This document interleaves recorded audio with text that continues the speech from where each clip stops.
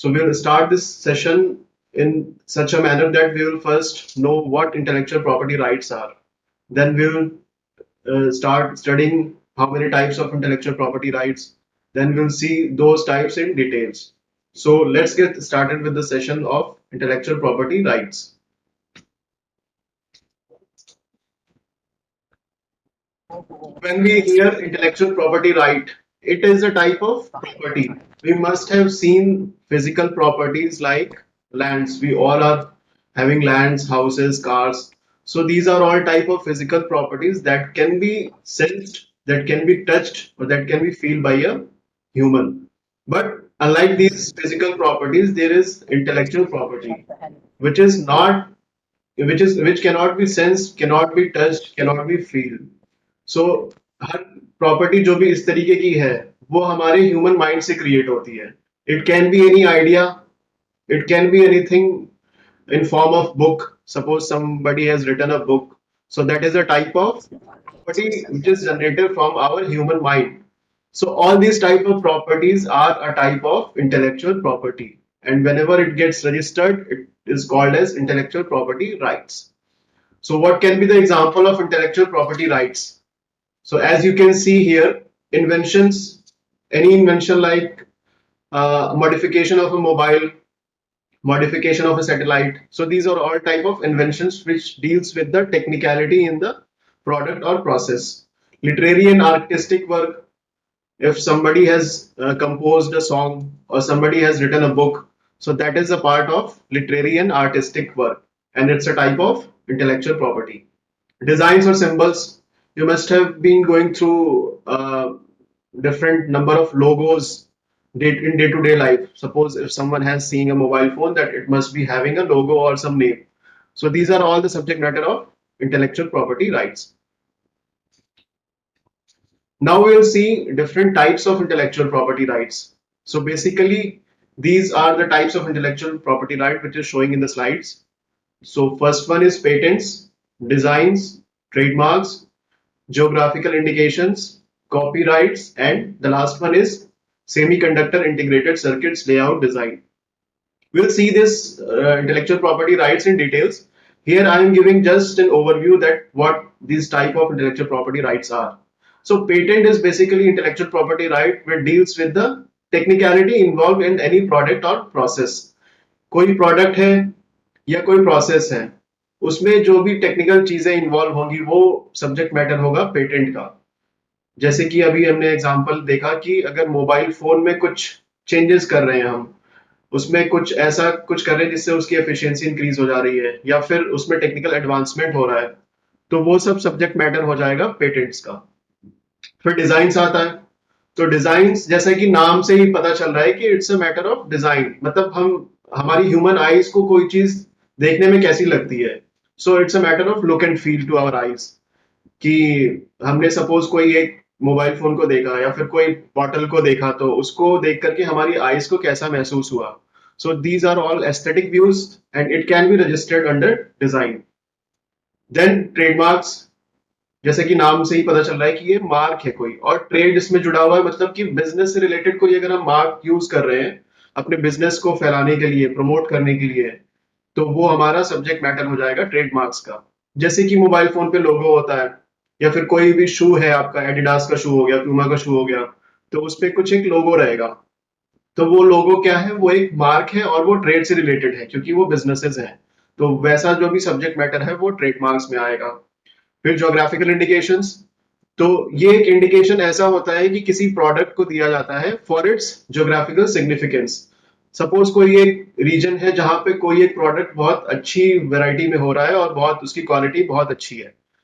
जैसे कि एक एग्जांपल होता है नागपुर ऑरेंज का, तो वो ऑरेंज जो है वो नागपुर की ही जुरिस्डिक्शन में काफी अच्छी क्वालिटी का माना जाता है, तो उसको हम लोग ज्योग्राफिकल इंडिकेशन टैग असाइन करेंगे. फिर कॉपीराइट, जैसे कि अभी हमने देखा था कि लिटरेरी या आर्टिस्टिक वर्क है, किसी ने बुक लिख दिया या किसी ने नॉवेल लिख दिया या किसी ने कोई गाना बना दिया, तो ये सब आर्टिस्टिक वर्क या फिर लिटरेरी वर्क कॉपीराइट्स में जाएगा. लास्ट वन है SICLD, जिसको शॉर्ट में बोलते हैं. तो SICLD में क्या होता है कि अब मोबाइल फोन है या फिर आपके कंप्यूटर्स हैं, तो उन कंप्यूटर्स में बहुत सारे प्रोसेसर्स होते हैं. So all these processor must be having some layout in terms of transistors and registers. So ये layout जो होते हैं वो हर डिवाइस में कुछ उसमें यूनिकनेस होता है, तो उस लेआउट को अगर हम रजिस्टर कराते हैं तो that would be registered under SICLD। तो अब ये तो ब्रीफ था कि इंटेलेक्चुअल प्रॉपर्टी राइट्स के टाइप्स कितने होते हैं और बेसिकली वो क्या क्या होता है उसमें। अब नेक्स्ट हम आगे थोड़ा डिटेल में देखेंगे कि होता क्या है एक्चुअली। तो जैसे अभी जो भी इंटेलेक्चुअल प्रॉपर्टी के राइट्स हमने देखे, उसमें आप अगर आइडेंटिफाई कर सको आप इस प्रोडक्ट में, तो आप पाओगे कि सारे के सारे इंटेलेक्चुअल प्रॉपर्टी राइट्स इसमें अवेलेबल है एक सिंगल प्रोडक्ट में। जैसे कि हमने देखा पेटेंट क्या होता है, तो पेटेंट कोई भी ऐसी चीज जो कि टेक्निकल एडवांसमेंट जिसमें हो तो वो पेटेंट से रिलेटेड होता है। तो अब लैपटॉप है, जाहिर सी बात है इसमें बहुत सारी चीजें होंगी, प्रोसेसर्स होंगे, बहुत सारे कंपोनेंट्स होंगे जो कि टेक्निकल होंगे, तो वो सारी चीजें जो भी हैं वो पेटेंट से रिलेटेड होंगी। फिर इसका डिजाइन है, जैसे लैपटॉप को अगर हम देखें तो वो हमारी आईज को कैसा अपीयरेंस मिलेगा, सो वो हमारा सब्जेक्ट मैटर हो गया डिजाइन का। फिर आपका लोगो आ गया इसमें, जैसे एप्पल का ये लैपटॉप है तो इसमें एक लोगो है एप्पल के सिग्नेचर का। तो अब इससे क्या आइडेंटिफाई कर सकते हैं कि ये जो कंपनी एप्पल ने इस प्रोडक्ट को बनाया हुआ है। यूजर मैनुअल, अब किसी भी प्रोडक्ट को हम लोग लाते हैं घर पर तो उसके साथ एक यूजर मैनुअल अटैच्ड होता है कि how to operate that particular device. तो अब जब लैपटॉप के साथ यूजर मैनुअल होगा तो उसमें क्या होगा कि लैपटॉप को ऑपरेट कैसे करना है, तो उसमें स्टेप्स होंगे, तो वो स्टेप्स हमारे सब्जेक्ट मैटर हो जाएंगे कॉपीराइट्स के। फिर SICLD, SICLD का मतलब कि अब जाहिर सी बात है अगर लैपटॉप है तो इसमें प्रोसेसर्स होंगे तो उसमें डिफरेंट डिफरेंट कंपोनेंट्स होंगे, तो वो कंपोनेंट्स का जो अरेंजमेंट होगा वो एक लेआउट क्रिएट करेगा, और उस लेआउट में अगर कोई यूनिकनेस है तो that can be registered under SICLD। तो ये आपका प्रोडक्ट वाइज ओवरव्यू हो गया कि आप अगर डे टू डे लाइफ में अगर कोई भी प्रोडक्ट आप उठा के देखते हैं तो उसमें इंटेलेक्चुअल प्रॉपर्टी राइट्स के सारे टाइप्स आपको मिलेंगे, सब उसमें अवेलेबल होगा। अब इसका इंपॉर्टेंस क्या होता है, इंटेलेक्चुअल प्रॉपर्टी राइट्स हम क्यों पढ़ते हैं या फिर क्यों सीखते हैं या फिर क्यों प्रैक्टिस करते हैं, इसका इंपॉर्टेंस क्या है। तो इम्पोर्टेंस बेसिकली ये है कि ये एक तरीके की राइट है। राइट का मतलब कि सिर्फ आपको हक मिल गया किसी चीज का, आपने कोई इन्वेंशन क्रिएट किया तो आपको उसके लिए आपको राइट दे दिया गया कि this invention belongs to you. अब जब ये इन्वेंशन आपके पास हो गया, then you must be getting some right कि आप किसी और को यूज करने से, किसी और को बनाने से, किसी और को सेल करने से आप रोक सकते हैं। तो ये इसका इंपॉर्टेंस है। तो इसमें क्या हो गया, फर्स्ट आपका प्रोटेक्शन मिल जाएगा। आपने जिस भी आईपीआर को आइडेंटिफाई किया कि आपका पेटेंट से रिलेटेड आपका आईपीआर है या फिर डिजाइन से या फिर ट्रेडमार्क से, तो उसके बाद आप फाइल करेंगे। फाइल करने के बाद अगर ऑफिसर्स को लगता है कि दिस कैन बी ग्रांटेड तो आपको प्रोटेक्शन मिल जाएगा उस पर्टिकुलर आईपीआर का। So once you get protection of that IPR, then you can exclude others from making, using, selling और मर्चेंडाइजिंग। तो आप इन सब चीजों के लिए आप दूसरे को मना कर सकते हैं, तो आपकी परमिशन के बिना कोई थर्ड पर्सन ये आपके इन्वेंशन का यूज नहीं कर सकता है, आपके इन्वेंशन को सेल नहीं कर सकता है, आपके इन्वेंशन से कोई प्रोडक्ट नहीं बना सकता है। अब क्या है इसमें, अगर आपके पास कैपेबिलिटी नहीं है, सपोज आपने एप्लीकेशन फाइल किया, आपने पेटेंट ले लिया, या फिर सपोज सिंपल एग्जाम्पल हम लोग देखते हैं कि एक बुक का एग्जाम्पल है, आपने बुक लिखा, बुक लिखने के बाद आपने उसको कॉपीराइट में प्रोटेक्ट करा लिया, वो आपकी प्रॉपर्टी हो गई। प्रॉपर्टी होते ही अब आप सबको एक्सक्लूड कर सकते हैं, आपकी परमिशन के बिना कोई यूज नहीं कर सकता है। बट आपको क्या करना है, अब आपको उस बुक को पब्लिश कराना है मार्केट में, तो अब सिंगल कोई पर्सन है तो उसके पास तो प्रेस होगा नहीं, या फिर इतनी कैपेबिलिटी होगी नहीं कि तो वो सारी बुक्स को पब्लिश करे और मार्केट में उसको सेल करे। तो वो पर्सन क्या कर सकता है, that person can transfer its rights to a particular publisher, किसी एक पब्लिशर को वो अपने राइट्स को ट्रांसफर कर सकता है। वो पब्लिशर क्या करेगा, in lieu of this rights publisher will pay some royalty fees. अब पब्लिशर के पास राइट के ट्रांसफर मिल गए, मतलब राइट्स आ गई, अब पब्लिशर उसको कॉपी बना करके मार्केट में सेल कर सकता है। तो ये हो गया हमारा यूटिलाइजेशन, कमर्शियलाइजेशन एंड अर्निंग। तो ये एक ओवरऑल पिक्चर है कि आईपीआर काम कैसे करता है। तो आप किसी भी चीज को पहले प्रोटेक्ट कराएंगे, प्रोटेक्ट कराते ही आपके पास राइट्स मिल जाएंगे, राइट्स टू एक्सक्लूड अदर्स। और अगर आप चाहते हैं कि आप किसी और को राइट ट्रांसफर कर दें in order to make use of that invention in better way, कि प्रोडक्ट बना करके सेल करना है, तो आप अपने राइट्स को ट्रांसफर कर सकते हैं। उसके कंडीशन में आपको मिल जाएगा रॉयल्टी फीस जो भी आपके बीच में डिसाइड होगा। तो ये ओवरव्यू हो गया। अब नेक्स्ट हम स्टार्ट करते हैं इंटेलेक्चुअल प्रॉपर्टी राइट से। जो सबसे इंपॉर्टेंट होता है वो पेटेंट्स होता है। तो पेटेंट्स, जैसा कि पहले हमने देखा था कि किसी भी चीज की टेक्निकलिटी अगर इन्वॉल्व है किसी प्रोडक्ट या फिर प्रोसेस में, तो वो सब्जेक्ट मैटर हो जाएगा पेटेंट का। तो पेटेंट की एक बेसिक डेफिनेशन हम लोग देख लेते हैं क्या होती है। तो पेटेंट एक ऐसी राइट है जिसका ग्रांट दिया जाता है सोवरेन अथॉरिटी या फिर स्टेट। अब सोवरेन का मतलब क्या है कि अगर आप इंडिया के सिटीजन हैं और इंडिया में फाइल करते हैं आप, तो आपके लिए अथॉरिटी यहाँ पे गवर्नमेंट ऑफ इंडिया होगी। तो government of India is a sovereign authority who has all the rights to grant or refuse a patent for a particular invention. The patent is a grant given by sovereign or state to a person. A person can be anyone. It can be any individual. It can be a researcher. It can be an employee of a prestigious organization. It can be a faculty member. It can be a student. So ये person में कोई भी आ सकता है जिसके पास वो idea है या फिर इन्वेंशन है। तो अब जब राइट्स मिल गए तो वो एक्सक्लूसिव राइट्स के फॉर्म में आते हैं। एक्सक्लूसिव का मतलब कि सिर्फ वो आपको मिला है। आपने कोई इन्वेंशन फाइल किया तो वो राइट सिर्फ और सिर्फ आपके लिए है बस। अब आपके पास जो राइट मिला तो उसमें आप राइट का यूज करके आप बाकी लोगों को उस प्रोडक्ट को बनाने से, यूज करने से और उसको इंपोर्ट करने से आप ऑब्वियसली उसको रोक सकते हैं। So patent is a grant given by sovereign or state to a person, giving exclusive right in order to stop others from making, using, exercising, vending and importing. अब ये जो पेटेंट है वो राइट आपका कुछ फिक्स टाइम ड्यूरेशन के लिए grant किया जाता है। तो ये फिक्स ड्यूरेशन होता है 20 ईयर्स। अगर आपके पास सपोज पेटेंट आपको ग्रांट हो गया तो आपकी प्रॉपर्टी वो 20 ईयर्स के लिए है। उस 20 ईयर्स के बाद में वो पब्लिक टू ऑल हो जाएगी, ओपन टू ऑल पब्लिक हो जाएगी। अब पेटेंट अगर हम फाइल करते हैं तो फाइल करने के लिए हमको अपना पूरा का पूरा इन्वेंशन डिस्क्लोज करना पड़ेगा पेटेंट ऑफिस में, तभी हमको पेटेंट मिल सकता है। वो डिस्क्लोजर हमारा हो सकता है कि हमने क्या इन्वेंशन किया है उस फॉर्म में रहेगा, उसमें क्या ड्राइंग्स लगी है वो रहेगा, उसमें क्या क्लेम्स है वो रहेगा। तो ये सारी चीजें जैसे ही हम डिस्क्लोज करेंगे तब इसके बिहाफ पे या फिर इसके एवज में हमको पेटेंट ग्रांट मिलेगा। अब पेटेंट के कुछ टाइप होते हैं, दो तरीके के पेटेंट होते हैं बेसिकली, प्रोसेस पेटेंट्स और प्रोडक्ट पेटेंट। जैसे पेटेंट्स के लिए हमने अभी देखा था कि पेटेंट हर वो चीज जिसमें टेक्निकलिटी इन्वॉल्व हो और वो प्रोडक्ट या प्रोसेस में हो तो उसको हम पेटेंट दे सकते हैं। तो अब यहाँ पे दो टर्म आ गए, प्रोडक्ट और प्रोसेस। तो जैसे ही ये दो टर्म आए तो दो तरीके के पेटेंट हो गए, प्रोडक्ट पेटेंट्स और प्रोसेस पेटेंट्स। तो प्रोसेस पेटेंट्स में जो प्रोटेक्शन दिया जाता है वो सिर्फ प्रोसेस को दिया जाता है। सपोज कोई है पर्सन, वो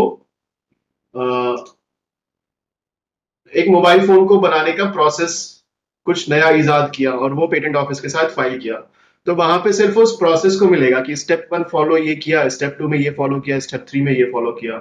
सिर्फ ये स्टेप्स के लिए प्रोटेक्शन मिलेगा और वो पेटेंट कहलाएगा प्रोसेस पेटेंट्स। अब इसमें क्या होता है प्रोसेस पेटेंट्स में, क्योंकि प्रोसेस के लिए यहाँ पर पेटेंट दिया गया है तो यहाँ पर इन्वेंटर्स के पास मोनोपोली नहीं होती है।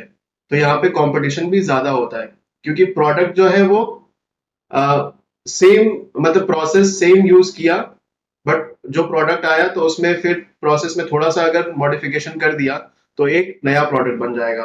तो प्रोडक्ट पे पेटेंट नहीं है इसलिए प्रोडक्ट का कोई राइट नहीं मिला हुआ है। तो प्रोसेस में अगर जरा सा मॉडिफिकेशन करते हैं तो हमारा उससे मिलता जुलता प्रोडक्ट एक अलग बन जाएगा, उसकी कॉपी बोल सकते हैं हम। तो इस केस में क्या होगा कि बहुत सारे कॉम्पिटिटर्स आ जाएंगे मार्केट में सेम मोबाइल फोन को मैन्युफैक्चर करने के लिए, अलग अलग थोड़ा सा मॉडिफिकेशन करके प्रोसेस का वो एक डिफरेंट डिफरेंट प्रोडक्ट्स बना सकते हैं। नेक्स्ट आता है प्रोडक्ट पेटेंट्स। प्रोडक्ट पेटेंट्स जैसा कि नाम सजेस्ट कर रहा है कि ये प्रोडक्ट के लिए दिया जाता है। तो ये मतलब एंड रिजल्ट के लिए। अब आपने प्रोसेस कुछ यूज किया, स्टेप 1, स्टेप 2, स्टेप 3, आपका मोबाइल फोन बन गया। तो अब यहाँ पे जो पेटेंट दिया जाएगा वो स्टेप्स के लिए नहीं दिया जाएगा, वो एंड प्रोडक्ट जो कि आपका मोबाइल फोन है उसके लिए रहेगा। अब जैसे ही प्रोडक्ट को पेटेंट दे दिया गया तो अब वो प्रोडक्ट जो है वो आपका यूनिक है और वो सिर्फ आपके पास राइट है। तो अब उस प्रोडक्ट को कोई बना ही नहीं सकता है। तो इस केस में क्या होगा, मोनोपोली आ जाएगी बहुत ज्यादा, क्योंकि और कॉम्पिटिटर्स के पास, आपके पास राइट है तो आप उनको इन्फ्रिंज कर सकते हैं, उनको मना कर सकते हैं। तो इसमें कंपटीशन बहुत कम होगी। तो शुरू में क्या था कि इंडिया में सिर्फ प्रोसेस पेटेंट्स हुआ करते थे, जैसे कि फार्मा अपनी इंडस्ट्री इंडिया की क्यों ग्रो हुई इतने ज्यादा, तो वो प्रोसेस पेटेंट्स के लिए ग्रो हुई है कि एक प्रोसेस बनाया उसमें जरा सा मॉडिफिकेशन कर दिया तो हमारा सेम ड्रग बन गया। तो कई सारे मैन्युफैक्चरर हो गए सेम ड्रग के, तो इसलिए बहुत ज्यादा उसमें कंपटीशन आया, इसकी वजह से हमारा जो फार्मा इंडस्ट्री है वो बहुत ग्रो कर गया। बट इंडिया को कुछ बाइंडिंग्स थी, क्योंकि इंडिया ने ट्रिप्स एग्रीमेंट को साइन किया था 1995 में। तो उस बाइंडिंग्स के तहत ये था कि इंडिया को प्रोडक्ट पेटेंट्स को भी रिकॉग्नाइज करना है, जिसमें कि पर्टिकुलर प्रोडक्ट के लिए ही पेटेंट दिया जा सकता है।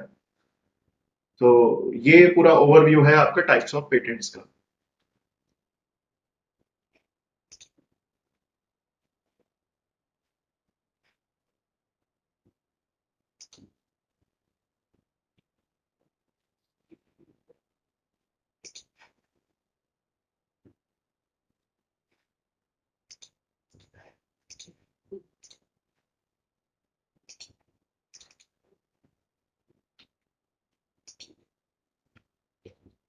सो नेक्स्ट स्लाइड में हम लोग आगे चलते हैं।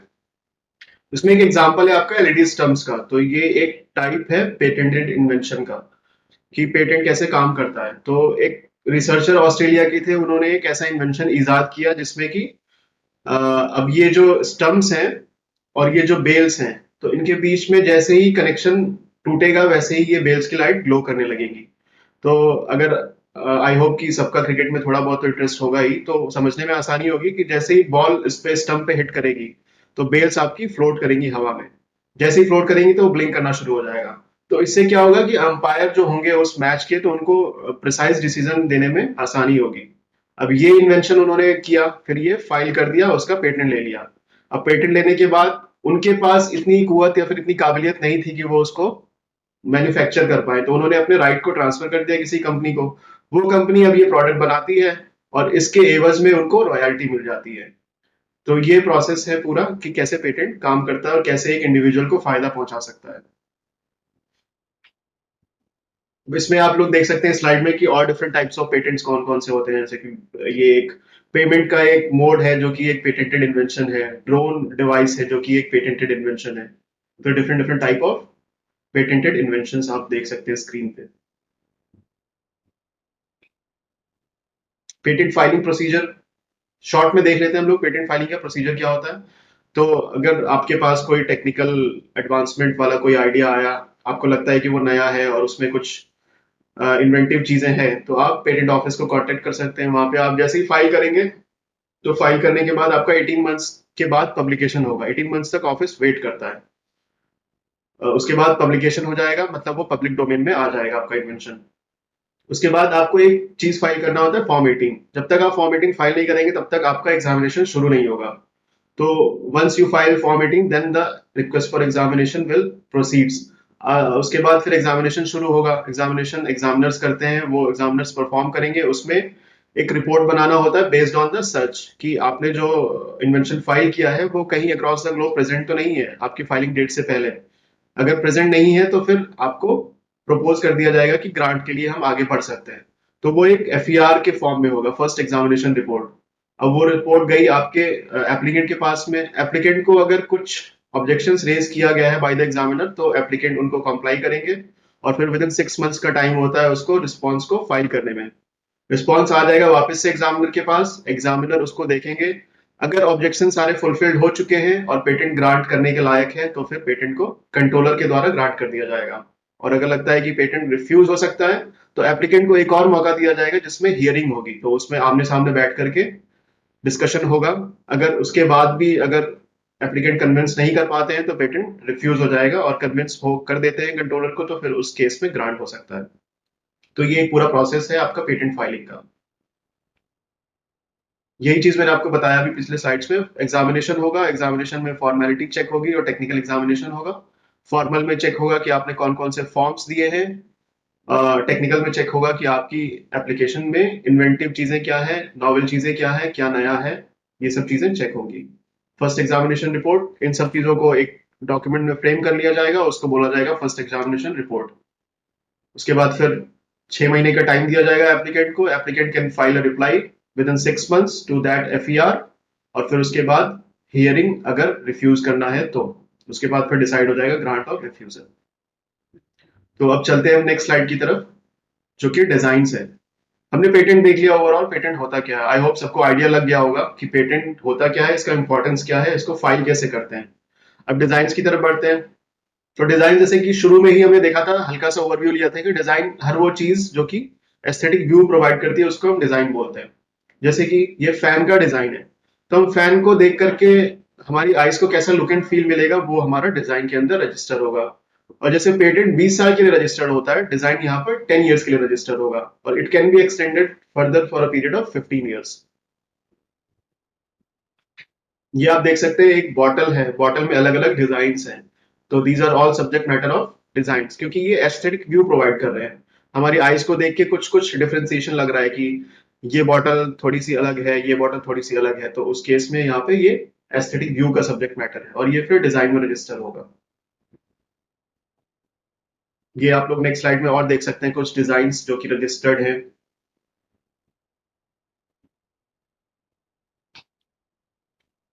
अब डिजाइन को फाइल कैसे करना होता है, तो सेम पेटेंट की फाइलिंग जैसा ही ऑलमोस्ट ये भी है।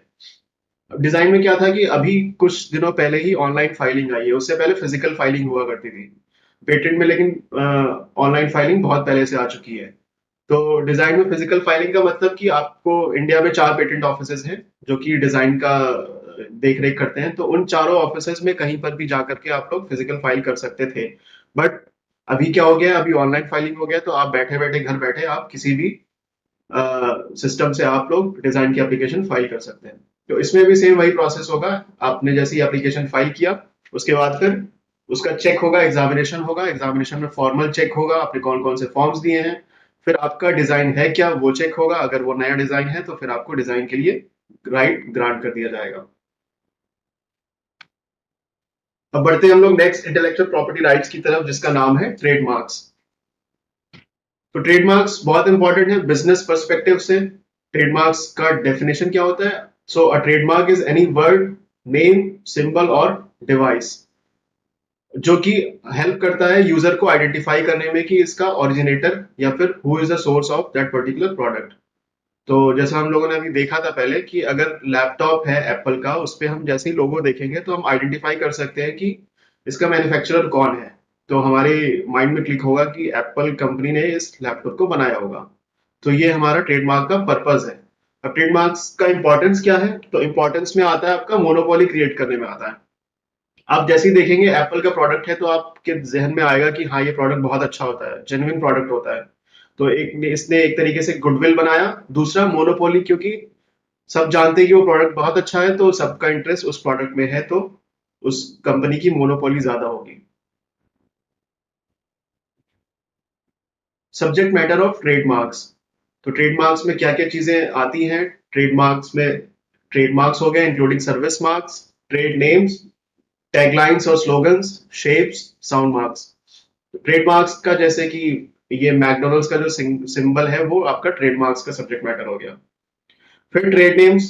ट्रेड नेम जैसे कुछ लिखा हुआ है अल्फाबेटिकली फॉर्म में तो उसको हम ट्रेड नेम्स बोल सकते हैं, जैसे कि गूगल, तो ये ट्रेड नेम है। फिर टैगलाइन और स्लोगन्स, जैसे कि बहुत सारे बिजनेसेस होते हैं जिनका कुछ स्लोगन होता है उनके प्रोडक्ट के साथ में, जैसे कि पेप्सी हो गया, तो पेप्सी का आपको एक बॉल टाइप का लोगो दिख रहा है तो वो ट्रेड मार्क हो गया, बट उसके साथ एक स्लोगन अटैच्ड है, ये दिल मांगे मोर, तो ये टैगलाइन या फिर स्लोगन में रजिस्टर हो जाएगा। और ये सब आएंगे ट्रेडमार्क्स के अंदर ही। शेप्स, शेप्स आप देख सकते हैं इसमें, ये आपका शेप में हो गया जो टिक मार्क्स में है, ये किसी प्रोडक्ट का शेप है तो ये शेप में रजिस्टर्ड हो जाएगा। साउंड मार्क्स, जैसे आप कोई मूवी स्टार्ट करते हैं तो शुरू में उस प्रोडक्शन हाउस का कुछ साउंड, यूनिक साउंड आता है, तो वो साउंड मार्क भी रजिस्टर करा सकते हैं ट्रेडमार्क्स में। फिर ट्रेडमार्क को हम लोग इंडिकेट कैसे करेंगे? तो जब भी आप अब कोई प्रोडक्ट देखें तो उस पर आप लोग पाएंगे कि या तो टीएम लिखा होगा या फिर आर लिखा होगा, कोई भी ऑथेंटिक प्रोडक्ट होगा तो अगर उस पर टीएम लिखा हुआ है उसके ट्रेडमार्क के बगल में, मतलब अगर लोगो है तो उसके साथ लिखा होगा, या फिर नेम है तो उसके बगल में लिखा होगा। तो अगर आप लोग पाते हैं कि टीएम लिखा है तो इसका मतलब कि अभी टीएम का रजिस्ट्रेशन हुआ नहीं है, अभी ये फाइल किया गया है ट्रेडमार्क। अगर आर लिखा है विद इन द सर्कल, इसका मतलब ट्रेडमार्क इसका रजिस्टर हो चुका है। तो अब आप लोग इजीली आइडेंटिफाई कर सकते हैं कि स्टेटस क्या है उस प्रोडक्ट के ट्रेडमार्क का।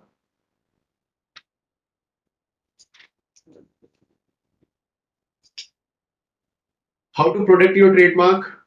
ट्रेडमार्क रजिस्ट्रेशन ऑप्शनल होता है। ऑप्शनल का मतलब कि आपने कोई नया लोगो इन्वेंट किया, आप उसको बिजनेस पर्पसेस के लिए यूज कर सकते हैं, आपको कोई मना नहीं करेगा। बट अगर वो इन्फ्रिंज होता है, वही सेम चीज कोई और यूज करता है, तो आप उसको इन्फ्रिंज नहीं कर सकते, आप उसको कोर्ट केस नहीं कर सकते हैं, क्योंकि आपके पास रजिस्ट्रेशन नहीं है। तो एडवांटेज क्या है कि अगर आप रजिस्टर करा लिए हैं तो आपके पास सारे राइट्स रहेंगे लीगल फॉर्म में, तो आप चैलेंज कर सकते हैं, किसी को रोक सकते हैं। अब जैसे हमने देखा था पेटेंट्स में और डिजाइन्स में कि पेटेंट में 20 साल के लिए टर्म होता था, डिजाइन में इनिशियली 10 इयर्स के लिए होता था और फिर वो 15 इयर्स हो जाता था। बट ट्रेडमार्क में क्या है कि ये इनिशियली है तो 10 इयर्स के लिए, but it can be increase to indefinite period of time. Condition क्या है कि हर 10 साल में हमको इसको रिन्यू कराना पड़ेगा। तो ये ट्रेडमार्क एक्ट एंड रूल्स है जिसके तहत पूरा ऑफिस वर्क करता है। आप जब ट्रेडमार्क एप्लीकेशन फाइल करेंगे तो इस एक्ट एंड रूल्स में लिखा गया है कि क्या क्या चीजें करनी है उस एप्लीकेशन के साथ, क्या क्या चीजें नहीं करनी है। नेक्स्ट आगे बढ़ते हैं हम लोग कॉपीराइट्स की तरफ। तो कॉपीराइट, जैसा कि हमने शुरू में देखा था थोड़ा सा, कि कॉपीराइट एक राइट है जिसको हम दे सकते हैं किसी भी लिटरेरी या आर्टिस्टिक वर्क्स के लिए। लिटरेरी का मतलब कि कुछ हमने बुक लिख दिया, कोई नॉवल लिख दी या फिर कोई पेपर पब्लिश कर दिया, तो वो हमारा कॉपीराइट के अंदर आ जाएगा। आर्टिस्टिक वर्क का मतलब कि कोई मूवी बना दी, कोई गाना लिख दिया या फिर कोई गाना गा दिया या कोई सॉन्ग कंपोज कर दिया, तो वो सब आर्टिस्टिक वर्क हो जाएगा, तो वो कॉपीराइट के अंदर ही आएगा। आप इस स्लाइड में देख सकते हैं different different categories of copyright है। लिटरेरी वर्क्स जो कि सेक्शन 2 में आता है, जिसमें कि आपने कोई अगर बुक लिखी है तो आप उसको रजिस्टर करा सकते हैं। Artistic works, it can be any painting, if you have done a painting which is something unique, you feel that you can register under copyright. Dramatic works, कोई लाइव थिएटर हो रहा है, उसमें कुछ डांसेस हो रहे हैं, कुछ इवेंट्स हो रहे हैं, तो that can be also registered under section 2H of copyright. Musical works, as I already said कि कोई कॉम्पोजिशन है सॉन्ग का, तो वो रजिस्टर हो सकता है under section 2P of copyright. Sound recording works, music production जो होता है तो उसमें रिकॉर्ड करने का कुछ यूनिक तरीके यूज होते हैं, तो उसको भी हम रजिस्टर करा सकते हैं। सिनेमेटोग्राफिक फिल्म्स, फिल्म्स को बनाते हैं हम किसी बुक पे बेस्ड होती है या फिर उसमें कुछ हम क्रिएटिविटी डालते हैं, तो वो सब चीजें भी रजिस्टर हो सकती है सेक्शन 2F ऑफ कॉपीराइट। अब कॉपीराइट के जो दो राइट्स होते हैं बेसिकल, वो इकोनॉमिक राइट्स होते हैं और मॉरल राइट्स होते हैं। तो इकोनॉमिकल राइट्स जो होते हैं वो ट्रांसफर कर सकते हैं one person to another person. Suppose मैंने कॉपीराइट एप्लीकेशन फाइल किया, मुझे एक बुक के लिए कॉपीराइट मिल गया, तो अब मैं क्या कर सकता हूँ, मेरे पास कैपेबिलिटी नहीं है कि मैं उसको उसकी नंबर ऑफ कॉपीज बना करके मार्केट में बेच पाऊँ, तो मैं एक पब्लिशर ढूंढूंगा और पब्लिशर को अपने राइट्स ट्रांसफर कर दूंगा। तो यहाँ पर पब्लिशर क्या करेगा, मुझे कुछ रॉयल्टी फी पे करेगा, तो यहाँ पे कुछ फाइनेंसेस इन्वॉल्व हो रहे हैं, तो this right can be called as economic rights. Moral rights, moral rights का मतलब कि सपोज मैंने कोई बुक लिखी, जैसे कि चेतन भगत ने बुक लिखी थी जिसपे मूवी बनी है 3 इडियट्स, तो 5.1 लिखी उन्होंने, उस पे मूवी बनी 3 इडियट्स, तो वो नॉवेल जिसने लिखी, तो अब उसने इकोनॉमिक राइट तो ट्रांसफर कर दिया, फाइनेंसेस हो गए उसमें, बट मॉरल राइट भी देना होगा जो मूवी मेकर है कि ये जो बुक जो मूवी है based of the novel of Chetan Bhagat, तो उनका मेंशन करना पड़ेगा। तो ये हो गया हमारा मॉरल राइट्स, और ये कभी ट्रांसफर नहीं होगा। अगर चेतन भगत ने वो बुक लिखी है तो वो हमेशा ही उनके नाम पे ही वो बुक जानी जाएगी। सो ये राइट हो गया आपका मॉरल राइट। ये कुछ खास इंपॉर्टेंट नहीं है अभी इस लेक्चर पॉइंट ऑफ व्यू से, अभी ये आगे डिटेल्स में आता है। तो इसमें रिप्रोडक्शन राइट का मतलब कि अगर किसी पर्टिकुलर चीज को दोबारा से रिप्रोड्यूस किया गया है, जैसे कि कोई सॉन्ग होता है, अब उस सॉन्ग को हमें रिमिक्स करना है तो उसके लिए परमिशन लेना पड़ता है, तो ये रिप्रोडक्शन राइट में हो गया। या फिर मूवी का हमें रीमेक बनाना है तो that can be treated under reproduction right.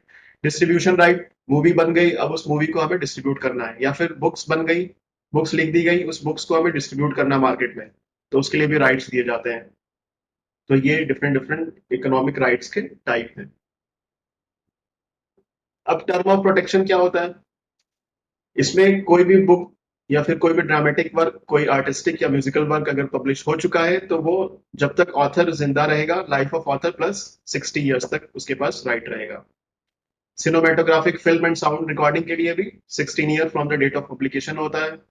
Broadcast reproduction rights के लिए 25 years from the year following the year of broadcast. Broadcast reproduction right का मतलब कि सपोज क्रिकेट मैच हो रहा है, तो उस क्रिकेट मैच का ब्रॉडकास्ट होता है कोई पर्टिकुलर हाउस करता है, पर्टिकुलर बैनर करता है, तो उस बैनर या फिर चैनल के पास राइट होता है कि 25 साल तक उसको ब्रॉडकास्ट कर सकते हैं without infringement of any other.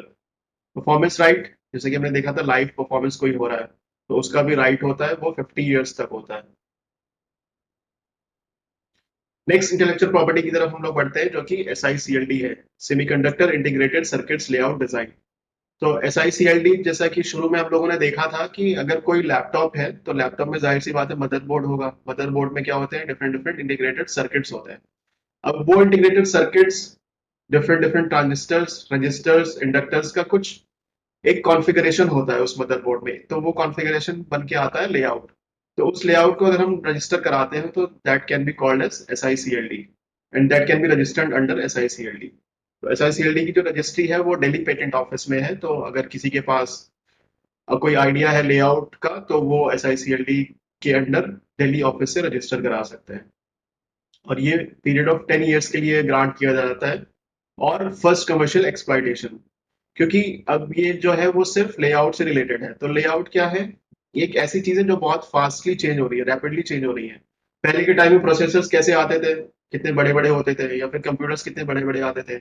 अभी के टाइम में वो कितने शॉर्ट हो गए, कितने प्रिसाइज हो गए। तो ये बहुत रैपिड चेंजिंग टेक्नोलॉजी के लिए ग्रांट किया जाता है। तो इसका पीरियड होगा या तो 10 ईयर्स, या फिर उसका एक्सप्लॉइटेशन जब तक, मतलब उसका एक्सप्लॉइटेशन होने से पहले पहले तक का। अब हम लोग चलते हैं लास्ट इंटेलेक्चुअल प्रॉपर्टी राइट्स की तरफ, जो कि है ज्योग्राफिकल इंडिकेशन।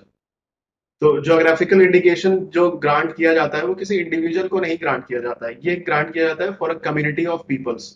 जैसे कि दार्जिलिंग टी है, तो ये टी जो है वो दार्जिलिंग के लोगों के द्वारा उगाई जाती है। तो दार्जिलिंग में ही इसका इम्पोर्टेंस दार्जिलिंग टी का क्यों है, क्योंकि दार्जिलिंग की जो वहाँ की जो ग्रेन्स हैं, या फिर जो वहाँ का जो ज्योग्राफी है, तो उसकी वजह से वो टी की कुछ खासियत होती है। तो इसलिए हम ये दार्जिलिंग के लोगों को ही ये GI टैग दिया गया है। तो कोई भी टी अगर दार्जिलिंग के उस एरिया में प्रोड्यूस हो रही है तो उसको ही दार्जिलिंग का GI टैग मिल सकता है। और जैसे कि डिफरेंट डिफरेंट आप GI टैग और देख सकते हैं यहाँ पर, मदुरई मल्ली का, और ये नीलगिरी टी का। ये नीलगिरी टी राइट दिया गया है ऐसी टी को जो सिर्फ नीलगिरीज के फॉरेस्ट में ही प्रोड्यूस हो रही है। कश्मीरी सैफरन, अब सैफरन तो हर जगह होता है, दुनिया में हर जगह होता है, बट कश्मीरी सैफरन को ही क्यों GI टैग दिया गया, क्योंकि ये पाया गया है कि कश्मीर में जो सैफरन होती है वो बहुत अच्छी क्वालिटी की होती है।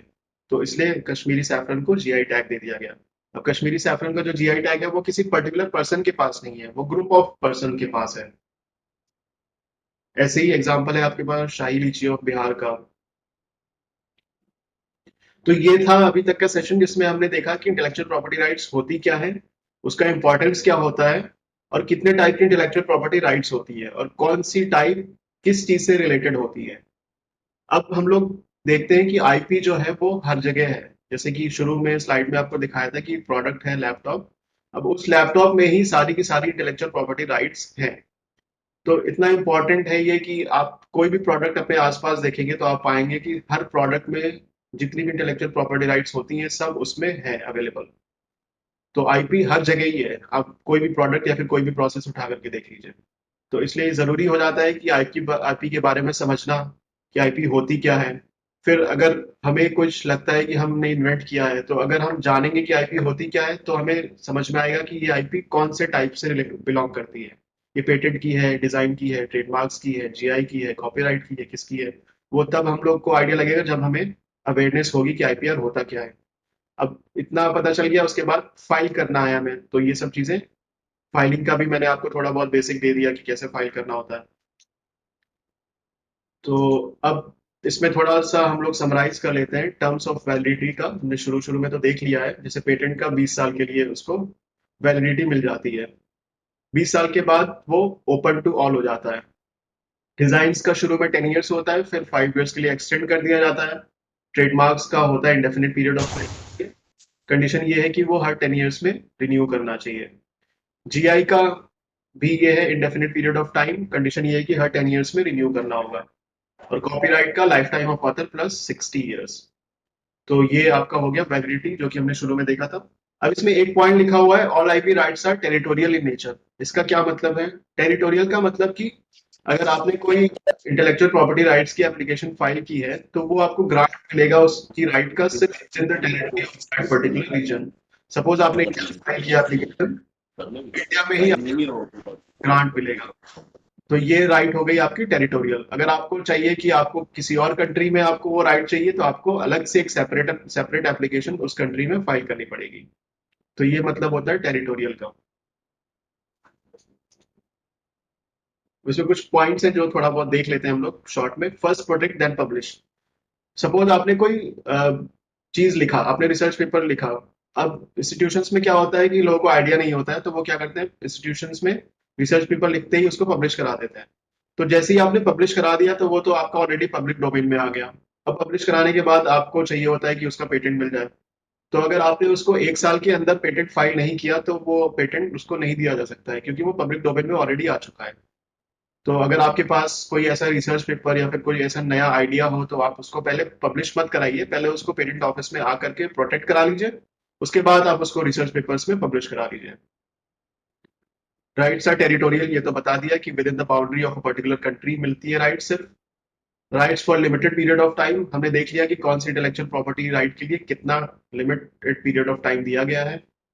रिन्यूअल फीस दिया जाता है हर बार, क्योंकि जैसे पेटेंट में 20 साल का टर्म दिया हुआ है। तो वो 20 साल तक वैलिड कब होगा, जब हर साल हम लोग कुछ ना कुछ जो ऑफिस की प्रिस्क्राइब रिन्यूअल फीस है वो पे करेंगे। तो ये तो पूरा ओवरव्यू था आपका आईपीआर का, जिसमें हमने टाइप देखा, इंपॉर्टेंस देखा। अब उसके बाद देखते हैं हम लोग कि इसकी अपॉर्चुनिटीज क्या है, करियर अपॉर्चुनिटीज। जैसे गवर्नमेंट जॉब में आपका पोस्ट आती है examiner of patents and design की, जो अभी आई भी हैं। अभी गवर्नमेंट ऑफ इंडिया ने अनाउंस किया है 553 vacancies of examiner of patents and design. तो उसमें एक अच्छी अपॉर्चुनिटीज होती हैं एक इंजीनियरिंग और साइंस ग्रेजुएट्स के लिए, कि इस करियर में अपने आप को स्टैब्लिश कर सकें। फिर गवर्नमेंट के अलावा प्राइवेट सेक्टर्स में भी बहुत काम होते हैं आईपीआर से रिलेटेड, जैसे कि पेटेंट एजेंट हो गया। अब पेटेंट एजेंट का काम क्या होता है कि जैसे जितने भी इंटेलेक्चुअल प्रॉपर्टी राइट्स होते हैं थोड़े से कॉम्प्लेक्स होते हैं, इनको समझना थोड़ा मुश्किल होता है। तो जब ये इतने मुश्किल है तो इनके जो लॉज बने हैं, एक्ट्स एंड रूल बने हैं, वो तो और कॉम्प्लिकेटेड होंगे। तो उसमें क्या किया जाता है कि इंडिविजुअल क्या करते हैं, जब उनको समझ में नहीं आता है they will assign a patent agent और अ ट्रेडमार्क एजेंट। वो एक तरीके के लॉ बैकग्राउंड के लोग होंगे जिनको इंडियन पेटेंट एक्ट और रूल्स की नॉलेज होगी। तो वो एप्लीकेंट के बिहाफ पे ऑफिस के साथ पूरा प्रोसीडिंग में पार्टिसिपेट करेंगे। तो ये एक अलग अपॉर्चुनिटी है इन टर्म्स ऑफ पेटेंट और ट्रेडमार्क्स और कॉपीराइट। तो ये अपॉर्चुनिटीज हो गई जो आपके सामने हो सकती है। और इस आईपीआर से रिलेटेड अगर आपको कोई फर्दर और ट्रेनिंग की जरूरत है, आपको इंटरेस्ट है कि और आपको जानना है, तो एक इंस्टीट्यूट है इंडिया में जो कि Rajiv Gandhi national institute of intellectual property management है, नागपुर में सिचुएटेड है ये। फ्रीक्वेंटली इंस्टीट्यूशंस में ट्रेनिंग प्रोग्राम्स कराते रहते हैं। तो आज आईपीएम में किसी को अगर इंटरेस्टेड है ट्रेनिंग प्रोग्राम अटेंड करने का, तो इनकी वेबसाइट विजिट कर सकते हैं आप, या फिर इनको मेल कर सकते हैं। जब भी इनके पास ट्रेनिंग का कोई शेड्यूल आएगा तो ये आप इनसे कांटेक्ट कर सकते हैं। तो ये पूरा हमारा सेशन था आईपीआर में, जिसमें हमने देखा इंपॉर्टेंस क्या होता है, आईपीआर होता क्या है, टाइप्स देख लिया, फिर कहाँ कहाँ इंडिया में कैरियर अपॉर्चुनिटीज हैं आईपीआर से रिलेटेड। तो आई होप आप लोगों को एक ओवरऑल पिक्चर मिला होगा कि आईपीआर होता क्या है। तो आईपीआर क्यों जरूरी है, ये भी बहुत इंपॉर्टेंट चीज है आज के टाइम में, मॉडर्न डे में बहुत जरूरी है आईपीआर। तो आई होप कि आपको थोड़ा बहुत आइडिया लगा होगा। So thank you for this session.